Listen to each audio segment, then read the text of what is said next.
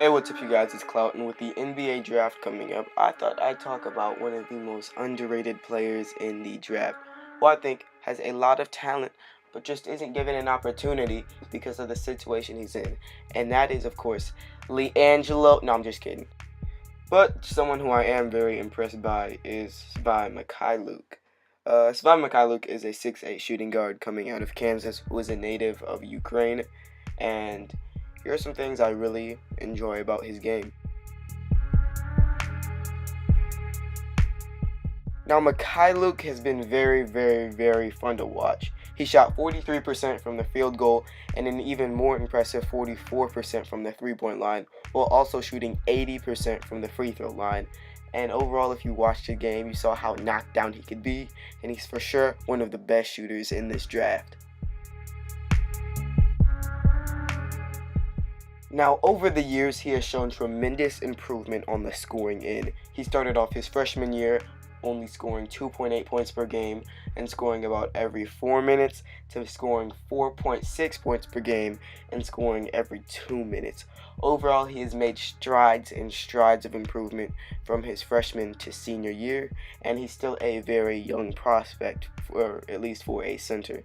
He could also switch over to the one maybe if he gets polished enough, because he has a very good handle for his size, and he can be a serviceable point guard if an NBA team needs him to be as well. And I just put some of his accolades and accomplishments up on the screen so that you guys could see that he was a legit player. But after all this hyping up I have done, why is he only ranked the 62nd player in this draft class? Mykhailiuk's main problem is that he is a 6'8 player with a 6'4 3/4 wingspan. As we all know, it is very unlikely for a player to have a wingspan that is shorter than them, and even most NBA players have wingspans that are a couple inches longer than their height. So this leaves him as a very big defensive liability.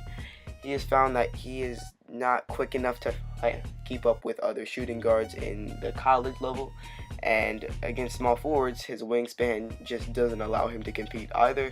So on the defensive end, his offensive skills don't exactly allow you to keep him on the court. Another big concern for him was that he had a inconsistent, to say the least, NCAA tournament.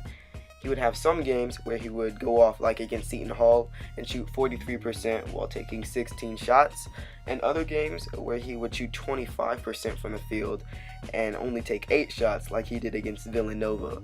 Overall, he had a very big problem getting to the line throughout the season, but especially during the playoffs when he only got to the line in 2 games. He also went from scoring 14.6 points in the regular season to 11.2 points per game in the NCAA tournament.